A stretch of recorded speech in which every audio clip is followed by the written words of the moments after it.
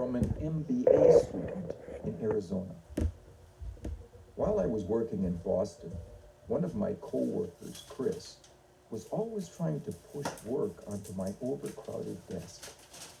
I'm normally pretty good at resisting these types of attempts, but Chris was fantastic at complimenting me before he'd request my assistance.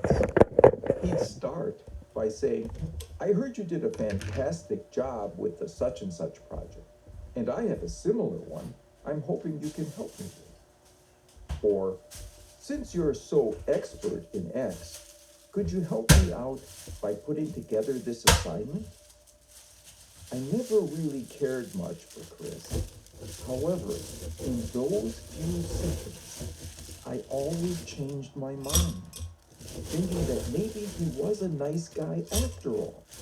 And then I'd usually give in to his request for help. Author's note: Chris was more than just a flatterer. Notice how he structured his praise to give the reader a reputation to live up to that served his interests.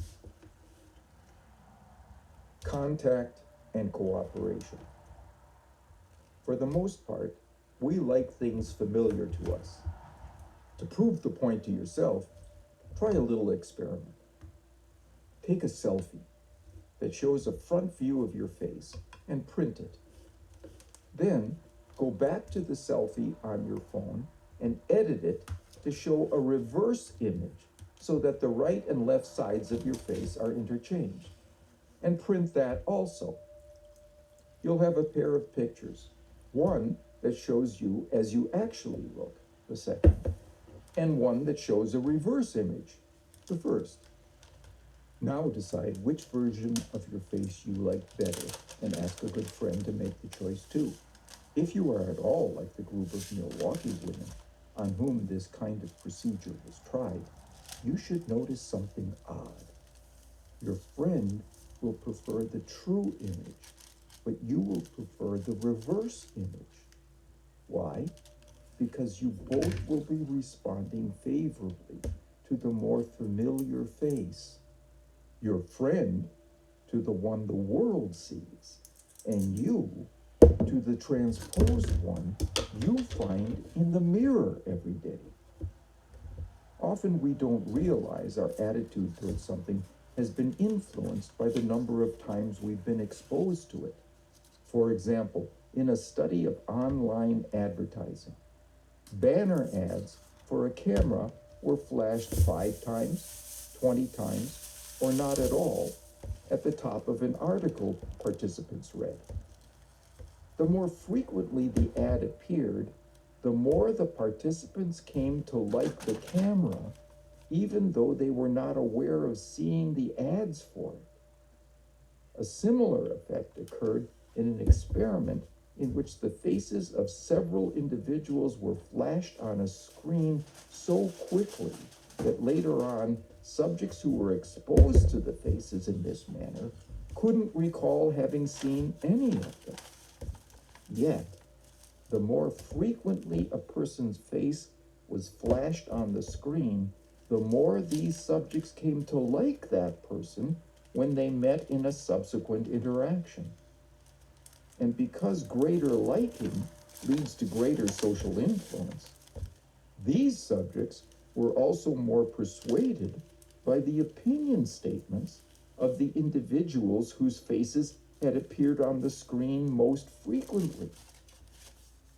In an age of fake news, internet bots, and media hogging politicians, it's alarming to think that people come to believe the communications they are exposed to most frequently, as it gives contemporary resonance to Nazi propaganda chief Joseph Goebbels' assertion, "Repeat a lie often enough, and it becomes the truth." Particularly unsettling are the related findings that even far-fetched claims, the kinds of allegations favored by fake news creators, become more believable with repetition. On the basis of evidence that we are more favorably disposed toward the things we have had contact with, some people have recommended a contact approach to improving race relations.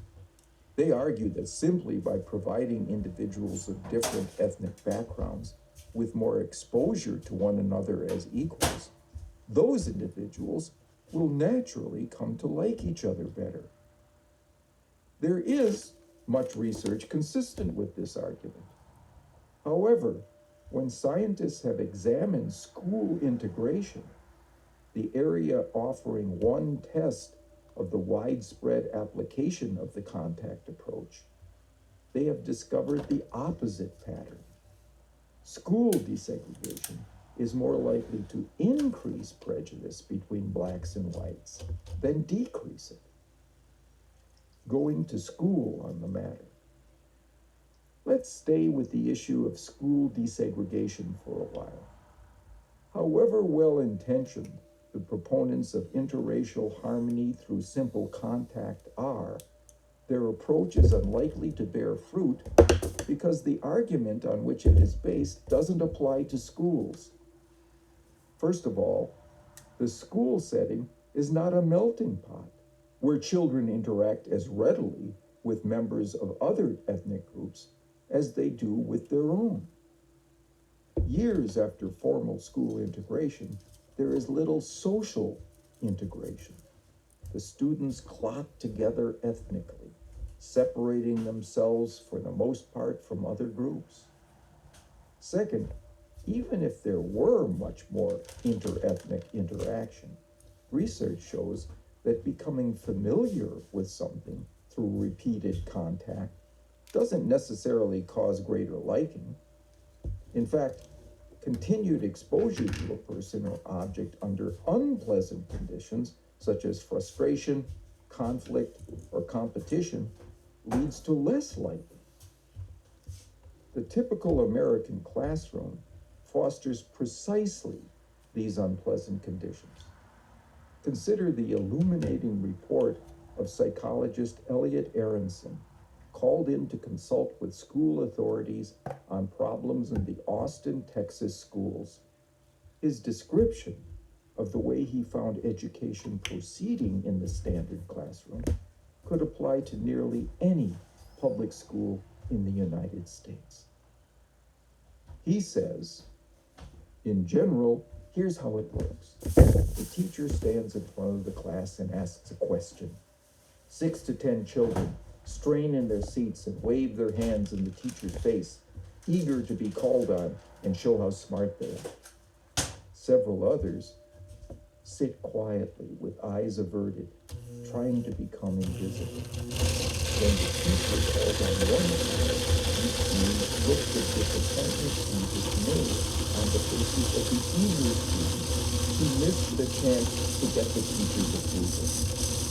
And you would see relief on the faces of the others who didn't know that. This game is fierce and the stakes are high because the kids are competing for the love and approval of one of the 2 or 3 most important people in the world. Further, this teaching process guarantees that the children will not learn to like and understand each other. Conjure up your own experience. If you knew the right answer and the teacher called on someone else, you probably hoped that he or she would make a mistake so you would have a chance to display your knowledge. If you were called on and failed, or if you didn't even raise your hand to compete, you probably envied and resented the classmates who knew you. Children who fail in this become jealous and resentful of the successes, putting them down as people's pets or even resulting in violence in the school. The successful students, for their part, often hold the unsuccessful children in the class, calling them dumb. Should we undo this by strict school segregation everybody told luckily the kids and donated increased rather than decreased. When I saved, I was presentation of the youngsters like that in their ethnic boundaries, and yet receiving exposure to other groups only in alternate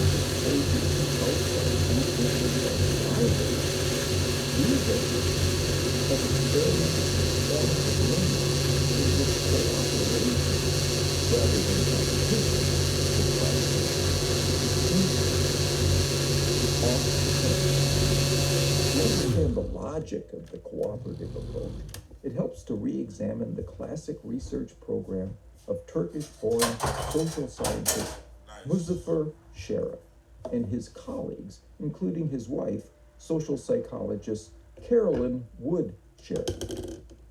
Intrigued with the issue of intergroup conflict, the research team decided to investigate the process as it developed in boys' summer camps. Although the boys never realized that they were participants in an experiment, Sherif and his associates consistently engaged in artful manipulations of the camp's social environment to observe the effects on group relations.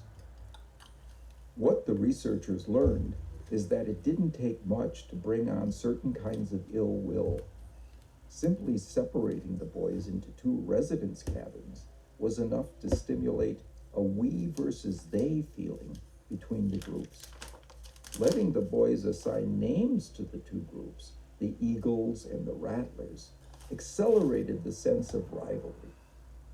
The boys soon began to demean the qualities and accomplishments of those in the other group. However, these forms of hostility were minor compared to what occurred when the experimenters introduced competitive activities into the group's interaction. Cabin against cabin treasure hunts, tugs of war, and athletic contests produced name-calling and confrontation. During the competition, members of the opposing team were labeled cheaters, sneaks, and stinkers. Afterwards, cabins were raided, rival banners were stolen and burned, threatening signs were posted, and lunchroom scuffles were commonplace. At this point, it was evident that the recipe for disharmony was quick and easy. Just separate the participants into groups and let them stew for a while in their own juices. Then mix together over the flame of continued competition. And there you have it, cross-group hatred at a rolling boil.